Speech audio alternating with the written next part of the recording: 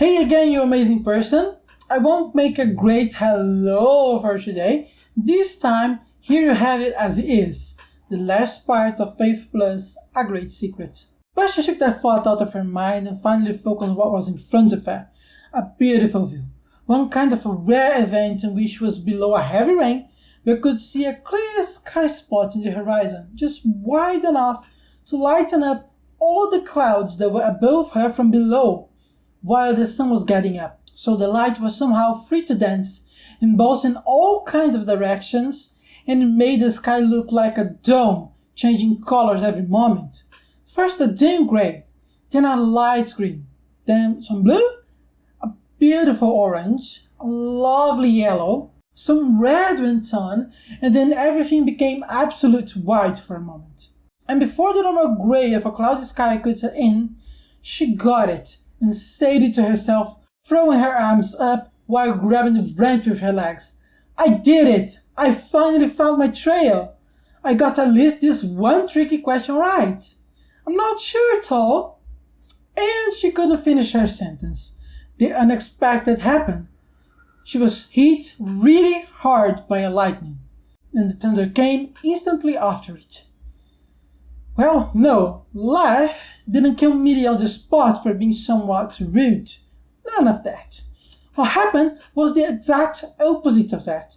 And if you were ever to find someone who was hit by lightning like that, I'm sure they will be able to correlate with Millie when she felt very much energetic. Like seriously, the scare from being hit by lightning simply didn't kick in, because she was feeling awesome and powerful, like she could feel real warm stuff running inside of her. She wasn't very sure though what was her insides and what were her outsides. She was vibrating so darn much she felt like fusing with the air and with her clothes and with the tree. She could somehow feel warm stuff running inside the tree as well. But the tree was far warmer than her, like Millie was surprised the tree was not on fire. Ironic she was not worried about being on fire herself, right? But that didn't even occur to her at that moment. She was literally vibing with the forest. She could feel pretty clearly all the trees around her, like it was a part of her own body. She could feel the roots tingling inside the ground while reaching each other, and couldn't help but find it cute, and hug the tree she was on a bit more. She got down the tree with her own arms and got her backpack again. She was marveled by it. She didn't quite understand what was happening to her, but she was sure she never felt so alive or even so peaceful. She felt like melting among the trees, and she just lay down for a moment because it was too intense to be standing. And then she could feel more than the trees around her. She could feel all the forest, through every root entangled below the ground, through the air, through her own blood running inside of her. It was really crazy, but she felt so much that moment was the one in her life that made more sense than any other. She was simply alive and not in pain anymore. Vital! She felt like the lightning had put something inside of her. Maybe she heard a voice? No, wait, she thought. I'm hearing a voice right now. Millie focused her attention on the voice and noted it coming from far beyond her place. She was hearing the noises of the monks' inn. She could feel the monks and nuns as well. She jumped on the spot and stood still and decided to touch a tree to try to reach the inn a little better. Yes, she could definitely feel the inn's staff and some of the guests too. But most of the guests were a little too out of reach. Or what, too cold? She couldn't define it very well. But now there was one thing she could 100% do. Not be lost anymore. She would just walk to the inn again and rush to tell everyone what a miracle had happened. But before she could leave the tree she was seeing through, she felt a bunch of the inn staff coming her way. They were coming like a wave or something like, in her direction.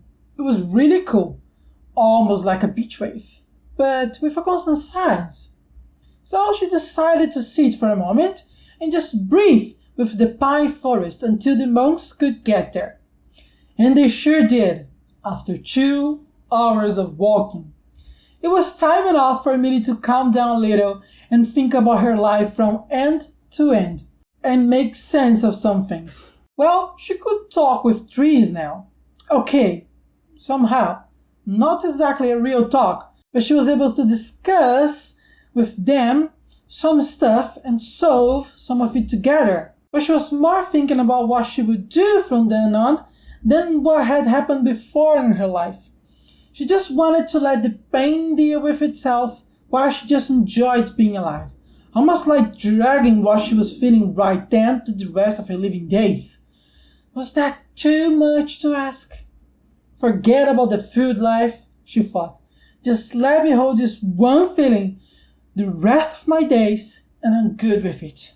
And as she talked, sensed, thought, breathed about it all with the pine trees, she got warmer and warmer on the inside. She felt like she could finally win her battle one-on-one against life, if life were ever going to dare that again. Millie was sure confused, as anyone would probably be, but she was at the same time reassured about something. She didn't even know exactly about what, but she knew it was the thing that the lightning got inside of her. 10 nuns and 10 monks, as Millie was able to perceive, got her spot in the woods after she stopped thinking. Yes, Miss Signa and Nora were among them. They didn't speak anything for a while.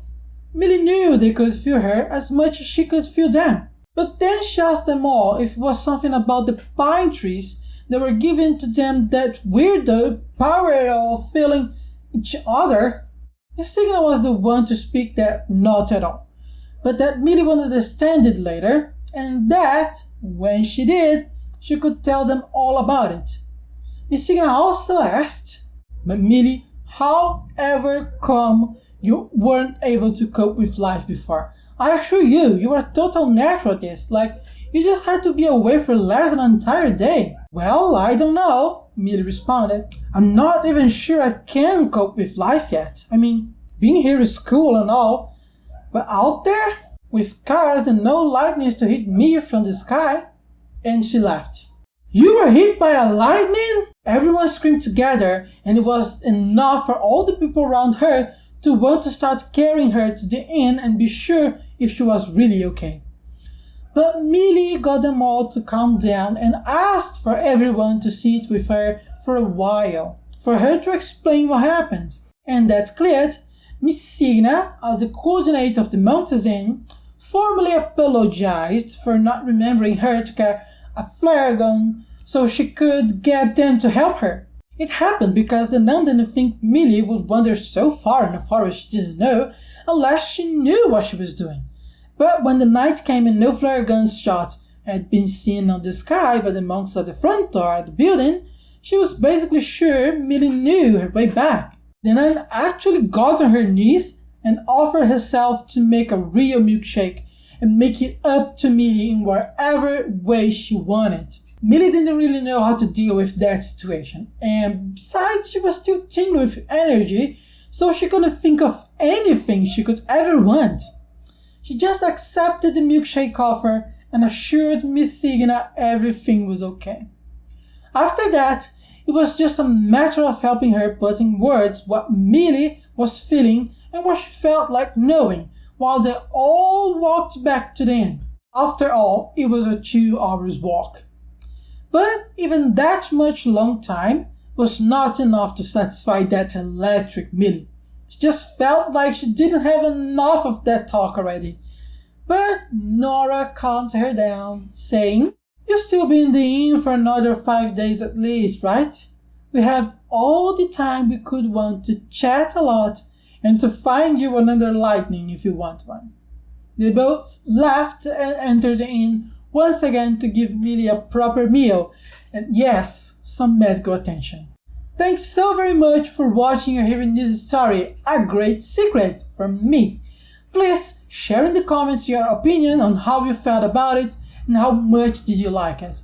Once again, I'd like to remind you that you can get this story full on my Ko-fi profile, link below, in video, audio, and text formats, along with a special message from the bottom of my heart. That will help me grow as a storyteller and overall help me keep bringing more and more stories for all of you.